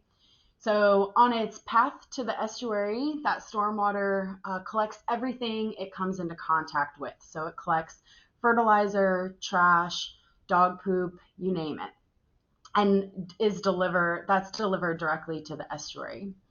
So it's also important to note that unlike our wastewater, which is treated at a treatment facility, stormwater doesn't undergo any formal treatment on its journey to the bay. So then, thanks to long-term monitoring dating back to about the 1970s, bay managers have been able to use water samples in Tampa Bay to assess water quality in the estuary each year. So this image to the left is what we call our water quality report card, and we put it out every year.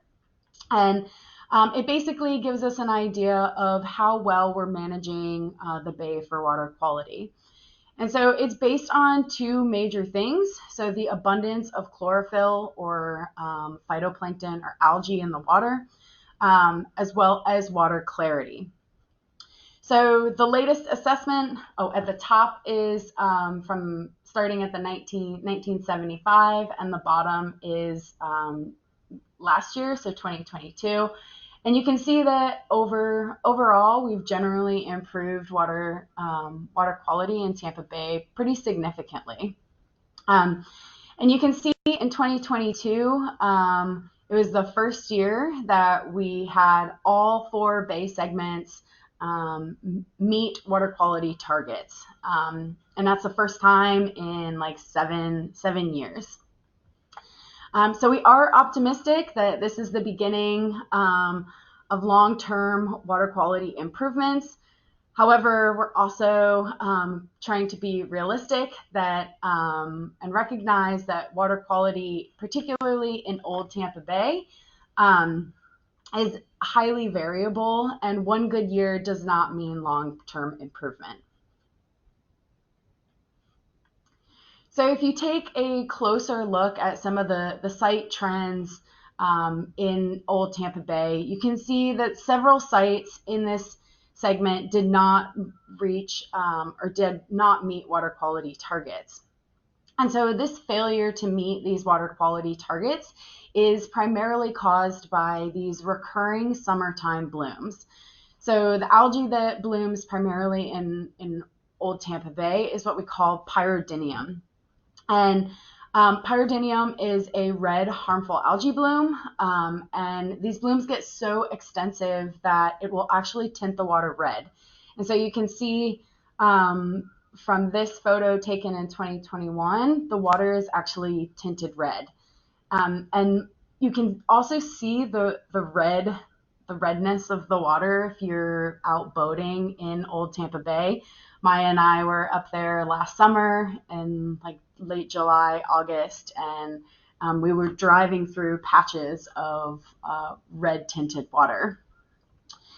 So this is also the same species that creates bioluminescence. And so we have a lot of people that like to paddle through the bioluminescence in the summertime in Old Tampa Bay.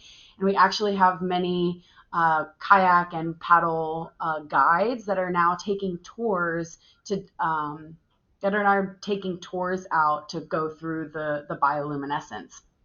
So unfortunately, the very beautiful bioluminescence means that there is a pretty significant algae bloom taking place, and it's starting to have negative impacts on the seagrasses. So to really understand why the issues are so focused in Old Tampa Bay, I really think it's important to look at the history of hydrological alterations in this bay segment.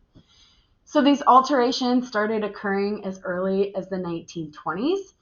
And as I mentioned, our watershed is greatly urbanized, and we've created these channelized stormwater conveyances to deliver as much water as possible as quickly as possible away from our urban corridor. In addition, Lake Tarpon and Brooker Creek watersheds are now drained into Old Tampa Bay. They've been diverted, and so this is making Old Tampa Bay much more of a freshwater system than it historically would have been. And then the main challenge is we have 3 main bridges that intersect or cross through Old Tampa Bay. And each of these bridges has really long causeways. As you can see from this photo on the right, this is the Courtney Campbell Causeway, kind of jutting out into Old Tampa Bay. And so these causeways and bridges are really impeding that bay circulation and reducing the amount of flushing in Old Tampa Bay. And so we can really see that this pyridinium, or this algae, is capitalizing on both the nutrients and these other hydrologic alterations in Old Tampa Bay. So if you look at this image on the left, this shows the historic flow through Old Tampa Bay. So you can see that historically the water would have come up through Middle Tampa Bay and kind of moved counterclockwise through Old Tampa Bay before exiting. Now what we see are these circulation patterns shown with these blue arrows. And so you can see that water comes down and is blocked and creates kind of like a gyre in this northern section of Old Tampa Bay, north of the Courtney Campbell. We also see a similar thing happening in between Courtney Campbell and the Howard Franklin in this kind of Feather Sound area. And when you align that with the pyridinium map of the abundance of cells that we typically see during the summer, you can see that the pyridinium is really capitalizing on some of these restrictions in that tidal movement. And so if you're interested in taking a deeper dive into water quality, I encourage you to check out our water quality report card. Marcus, Maya, and Ed worked really hard to put these out, and you can find it at the link on this on here. So I've mentioned a little bit about water quality and seagrasses, but to really understand the connection, I think it's really important to understand what seagrasses are. So seagrasses are rooted marine plants. They're land plants that migrated back into the water column about 100 million years ago. And because of that, they retain a lot of the same characteristics that we see in land plants today. And one of the most important characteristics is that they obtain nutrients from the sediment, not the water column. Another fun fact is they can reproduce sexually, so they produce underwater flowers, which is really cool. So why do we care about seagrasses? Well, they provide a variety of ecosystem services. They're a nursery grounds for many offshore fish species like grouper and snapper. They're hiding grounds for many baitfish and other lower trophic level species. They provide food. They're forage grounds for birds and fish at really important times in their life cycles. And of course, they are food for iconic species like manatees and turtles. And because they have these really long blades and really strong root systems, they help to reduce erosion and stabilize sediment, which improves overall water clarity because they trap these sediments. But as I mentioned, seagrasses take up nutrients from the sediment and not the water column. Because they're plants, they require abundant light to grow and reproduce. And if we have too much nutrients in the water, it will fuel algae blooms, which will block light from reaching the seagrasses.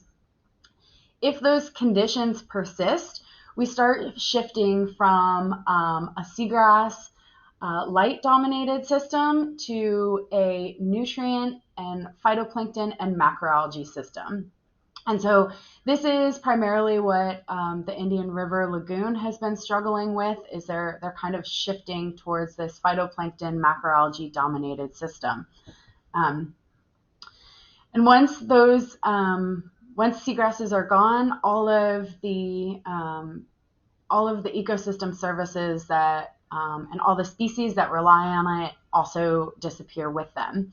So because they are so sensitive to water quality alterations, but they provide such a variety of ecosystem services, they're chosen as an indicator of bay health. And so we measure seagrasses and track seagrass acreage to help us understand how well we're managing the bay. So we monitor and measure seagrass primarily through two main programs in Tampa Bay. And the first is coordinated by the Southwest Florida Water Management District. So they collect and map seagrass extent on a biennial basis. So these historical seagrass coverage maps were used from 1950s photography, and these are used as baseline seagrass coverage targets, and were used to develop our seagrass targets for restoration in the bay. So this is the program where we get most of our seagrass acreage values and is used, and this is the data that we use to track our progress at reaching our seagrass restoration goals. And then we also, with help from our partners around the watershed, TBEP coordinates an annual on-the-ground monitoring program. So during the summer every year, we swim along a transect, or basically a straight line, and we collect information on seagrass diversity and density. So this program gives us an idea of the quality of habitat and allows us to identify species changes that might be an early indicator of stress.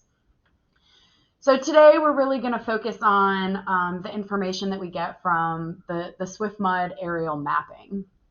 And what we've seen, SwiftMud came out with their 2022 results pretty recently. And what we saw is that we've continued to lose seagrass habitats in Tampa Bay. So since 2016, we've lost about 28% of our seagrasses bay-wide. And what's really concerning to us about this mapping cycle is that this is the first time where we've had 3 consecutive mapping cycles of seagrass loss. And this has not happened in programmatic history. So this is a really big warning sign for us. So to help us understand where these losses are, we've broken it up by seagrass acreage by segment. So these red lines are an estimated target of where we would like seagrass acreage to be in each bay segment. And what you can see is that the losses were mainly focused in Old Tampa Bay, Hillsborough Bay, and Middle Tampa Bay.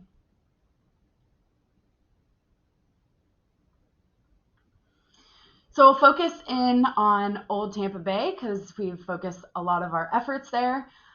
So the greatest loss that we observed out of all of our segments was in Old Tampa Bay. And what's very concerning is that Old Tampa Bay is now at an all-time low.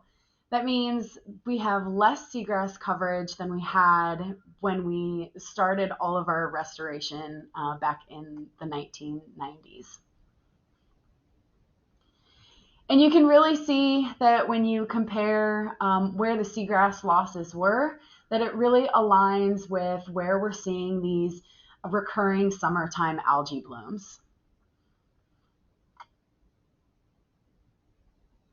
So you can see it's primarily focused on the eastern shoreline of Old Tampa Bay, and a lot of seagrass has been lost in this Feather Sound area. We also saw major losses in, or some losses in Middle Tampa Bay. And what's interesting is that most of these losses were concentrated on the southeast shore, primarily from Bishop Harbor to Apollo Beach. So this was a particular, or an area of particular interest following the Piney Point discharge event. And most of, or all of this data was flown in late 2021, so like December 2021 through February or so in 2022. So that's right about the time that we were seeing the bays, we're still experiencing the bay's response from Piney Point. And then switching gears a little bit, I did want to just touch on our Nectin Index. And so the Nectin Index basically gives us an idea of how healthy our fisheries is in the bay. And so it uses data that's collected by Fish and Wildlife Research Institute. So Carrie, who's our new restoration ecologist, is very familiar with this data because she used to help collect it. So that data really goes into this Nectin Index, and it incorporates things like species richness and the abundance of recreationally and commercially important fish species, as well as some select invertebrates. So what we saw was in 2021, the fish communities in 3 out of the 4 major bay segments were in this yellow or caution state. And so, unfortunately, the major red tide event that we experienced in 21 obviously did have some negative impacts on our fisheries resource. And so this isn't uncommon and was observed following the 2004-2005 red tide event. We do consider the bay, or the fisheries in the bay, to be quite resilient, and barring any additional stressors, knock on wood, we do expect it to bounce back in the next few years. So that's a lot of information about kind of where we're at today, but the main takeaways here are Old Tampa Bay really needs help. The upper portions of the bay are showing clear signs of stress, and the bay as a whole is responding to our continued urban development and new climate-related stressors. So we really need to refocus our efforts on reducing nutrients and also improve things like tidal circulation and continue to conserve our coastal habitats. The second is there is an urgency for restoration. As we all are seeing around the watershed, development is increasing, and the amount of habitat available for restoration projects continues to decline. So we really need to act as a community and capitalize on these remaining restoration opportunities. And then the third, and I think one of the most important points, is that it isn't going to be a silver bullet that saves us, or a one-stop shop strategy for how we move forward. But it's really going to take a multifaceted restoration approach. And so we need to, as I mentioned, continue to reduce nutrient loading, and look at different possibilities for improving tidal circulation, to ensure that we have a healthy Tampa Bay moving forward. And that multifaceted restoration strategy will take all of us. So it'll take us on an individual level, us as communities to really prioritize restoration, which is primarily done at the estuary program through our two funding programs, the Bay Mini Grants and TBERF, which Jessica manages, as well as policy support. And with that, I will take any questions, comments, concerns, feelings, all of it.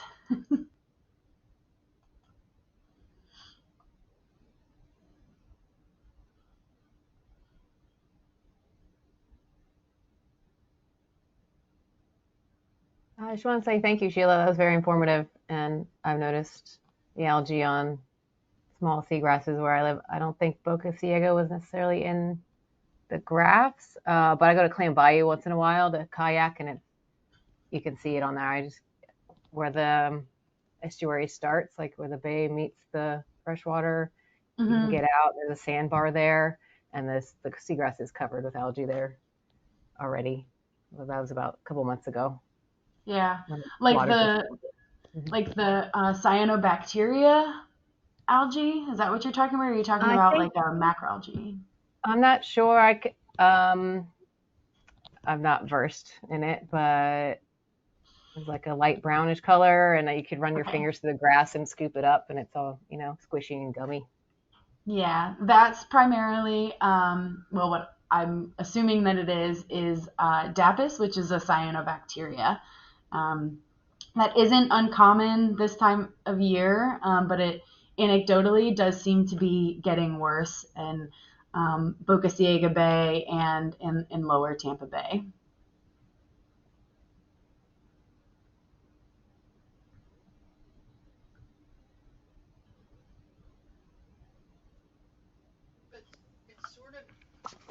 It's sort of counterintuitive that the seagrass is doing so badly in Old Tampa Bay when the water quality chart shows it's improved.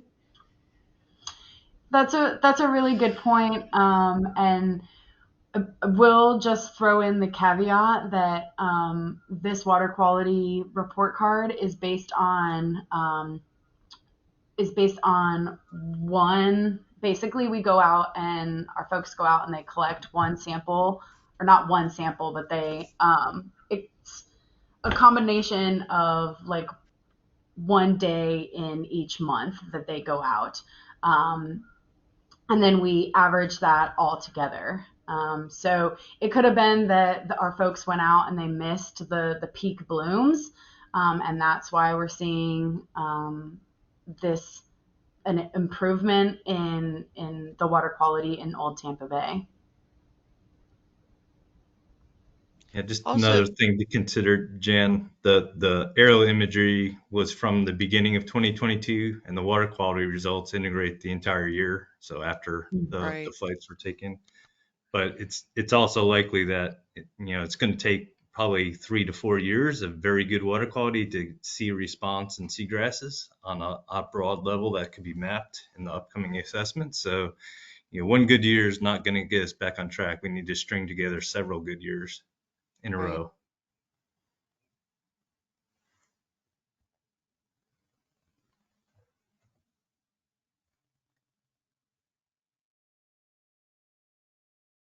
And for those keeping track, pyridinium has been observed already in Old Tampa Bay this year, not in bloom concentrations, but we've had first indications that it is present again.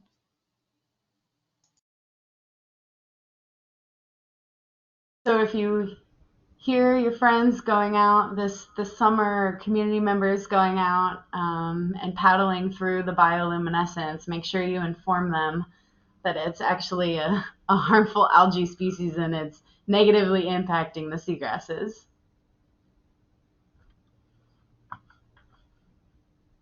I'm curious, the State of the Bay publication is one of the key ways that we as the estuary program communicate some of these high-level states of the Bay to the public. So I'm curious, maybe we can do a little quick round robin, like one thing that stood out to you or one thing you didn't know beforehand. I kind of want to gauge like if we're reaching people in a meaningful way. So I don't know if that's something y'all are interested in doing, Sheila. I can facilitate it if we want to do that. Yeah, we can do that. That's a good suggestion. We are getting kind of close to the end, so maybe not do it round robin. But if folks have something that they took away from this, I'll make a comment because I'm right on, the upper part of Old Tampa Bay. And I think as soon as you said Indian River Lagoon, and it just clicked, as soon as you start saying all those things, because I think a lot of people are aware of how serious the situation is over there, and that we could just slide back so much from the progress that we've made. I think that's something that, most people, or at least the majority of people, might be aware of, to compare it to that, and that we don't want to get to that point. Thank you. Thanks, Sue. Hi, this is Mo. I guess is there just one thing we could all do in our personal lives to help with this? And I'm thinking, don't we have to get rid of our green lawns?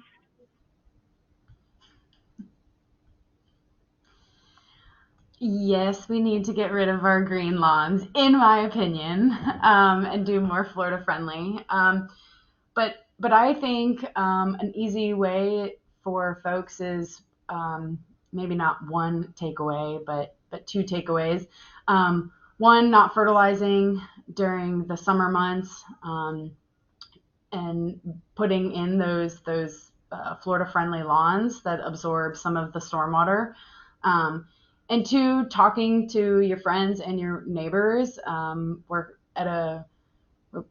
We're very concerned about the state of the Bay right now, and we really need the community support and we need community awareness. Because really the community was the impetus for change in the 1980s or 1970s, and so we really need the community to kind of step up and raise the alarm once again. If this is Mo again, what did community do to clean the Bay back then? I'm sorry, but I don't remember. The community came together and they really started forming organizations like Save Our Bay, and I wasn't here back then, but it's my understanding that they they sent letters, they filled chamber rooms during our chamber events or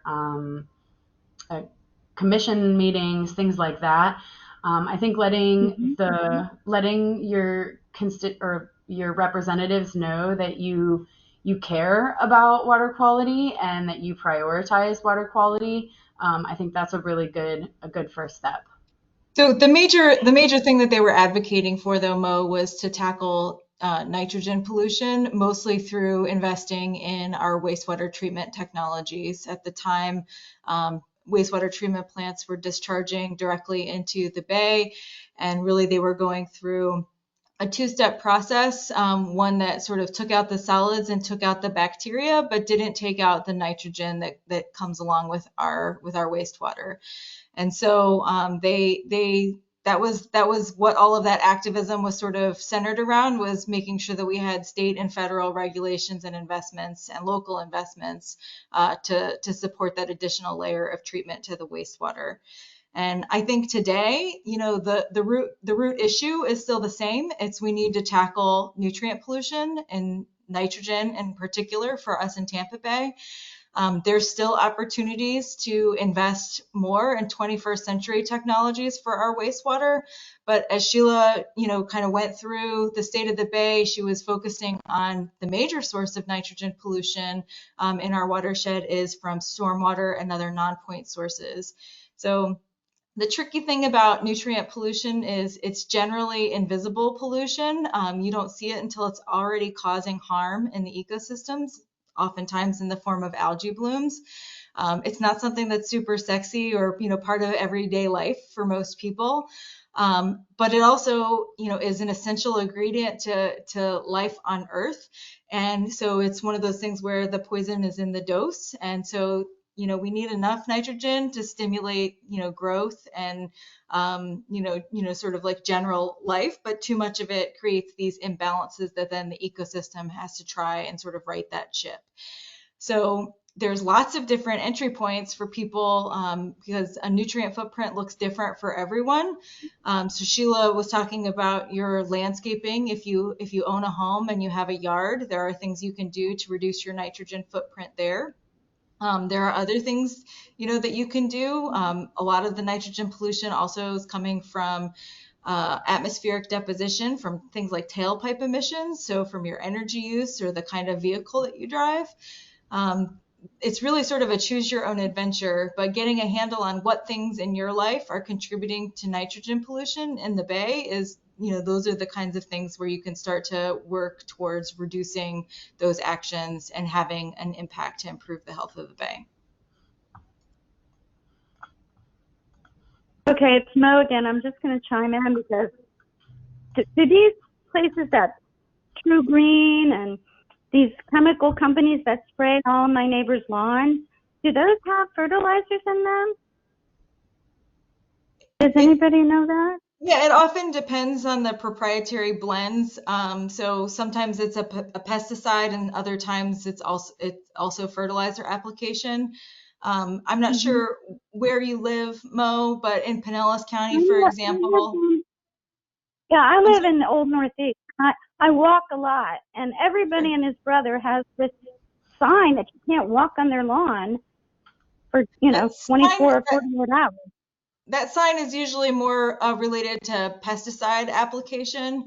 But I was just gonna offer that in Pinellas County, they do offer pretty extensive training for anyone who is applying these kinds of chemicals to yards, both commercial and residential. So good. I'm glad to hear that. Thank you so much. Thanks, Mo.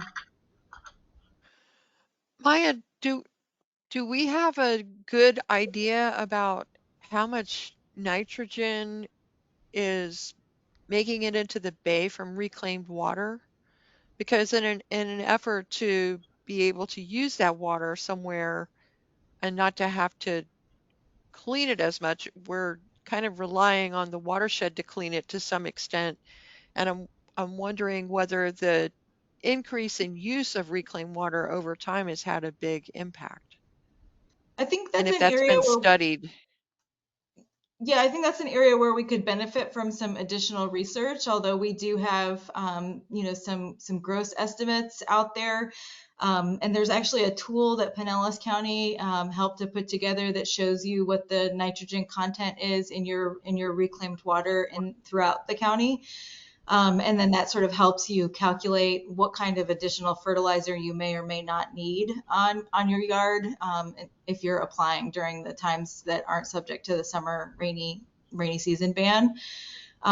So I will dig up that link really quick and pop it in the chat for you. But I do think, and maybe Ed wants to chime in, that that's something that is probably worthy of further research to characterize what the overall nitrogen load is from reclaimed water and how much of that is absorbed as it flows over the land into the water. Going back to what we can all do question, infographics are really good, and TBEP has had some wonderful ones. Often you see them for climate change. If you reduce the amount of food that you throw away or the number of miles that you drive or that sort of thing, you could reduce the your climate change footprint. I wonder if there's similar calculations that could be made for people living in the Tampa Bay area that is like their nitrogen footprint.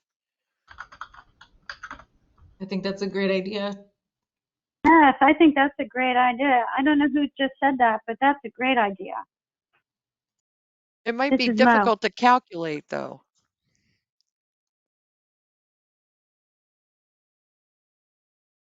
I don't No, know. but I There's think got to be a way. And I, to me, I mean, that's what I want. I want to know how can I help? Because obviously that's what community needs to do. They need to be brought. They need to be educated, of course. But this is the reason I got involved, because I listened to WMNF, and when I heard that all this seagrass was gone in Old Tampa Bay, I just shot to action. So, I mean, I am a leftover hippie, but I think a general person, human being, would be concerned.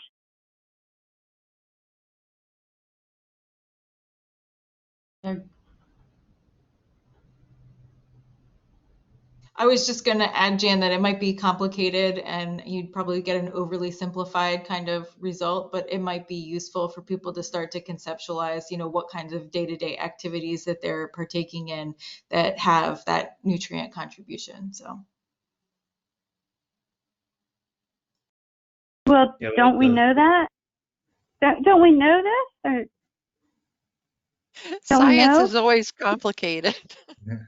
but not down to the individual level. That's not really a useful level for us to work at to manage the bay, that issue of scale. So, we can target things that make sense for us as managing at a watershed level, but sometimes that doesn't translate, like you all are asking about, what can I as an individual do? And so, that's sort of, I think, the disconnect, and we might be able to create something that helps bridge that gap. I think Ed's trying to weigh in. No, just building on the conversation, it'd be interesting to develop a tool like you're suggesting. I'm not sure if there's ones out there already that we could expand upon, but there's certainly a lot of questions related to the contribution of reclaimed water just directly discharged to the bay versus what's applied to the watershed and makes its way to the bay. So there's sort of that differentiation of major sources of nutrients to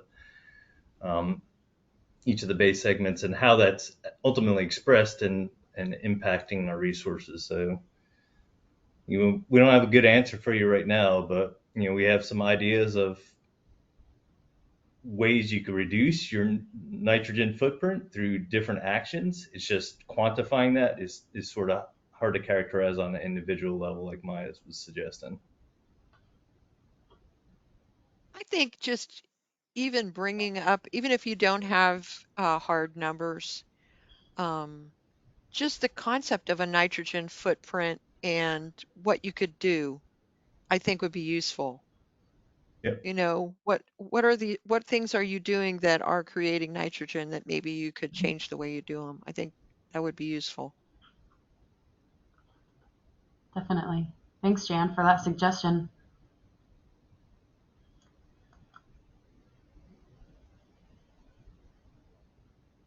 So we're a little bit over, but I appreciate all the conversation, the comments, and a few other things that I just wanted to hit on. We are hiring at the Tampa Bay Estuary Program again. Joe Whalen is no longer with the program, so we are hiring a science communication coordinator. So if you know of somebody who has experience in science journalism or is a good science communicator, please send them our way or encourage them to apply, and send it to folks outside the Tampa Bay watershed if you know of anybody or have contacts outside the watershed. We have a few events coming up that I just want to make y'all aware of. Just a reminder, Saturday is the Sanderlin Center Demonstration Gardens Earth Day celebration. So try to head out there if you're interested. in celebrating the awesome work that's been done at the Sanderlin Center. A reminder that folks who are on the Golden Mangrove Subcommittee, we have our review meeting on the 26th from 4 to 6 p.m. So please get me your review packets soon. And then we have a couple give-a-days coming up. So be sure to check out our website. The volunteer can drop the link for that. But be sure to check out and come to our give-a-days. I always love to see our CAC members at those events. Does anybody else have anything they want to bring up? Any events coming up? Pinellas County is having their Lakes and Ponds Education Day coming up on May 6th at Pinellas County Extension. It's free, and you get free plants too for your pond. And also in July, for any teachers that you know, I know it's a while away, but it probably fills up because it's also free. But their annual Eco Educator Workshop is coming up July 10th through 14th. That's a week-long thing, and that's at Brooker Creek Preserve. Congresswoman Kathy Castor is hosting a telephone town hall tomorrow evening, and Ed and I will be there to discuss many of these topics related to the state of the Bay. So if you want to call in, we'd love to hear your questions there too.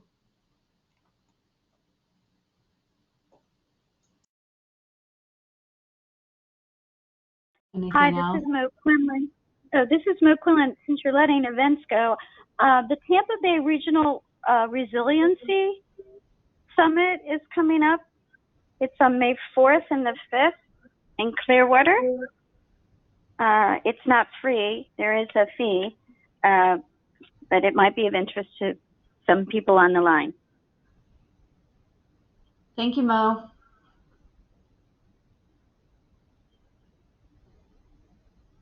Anything else for the good of the group?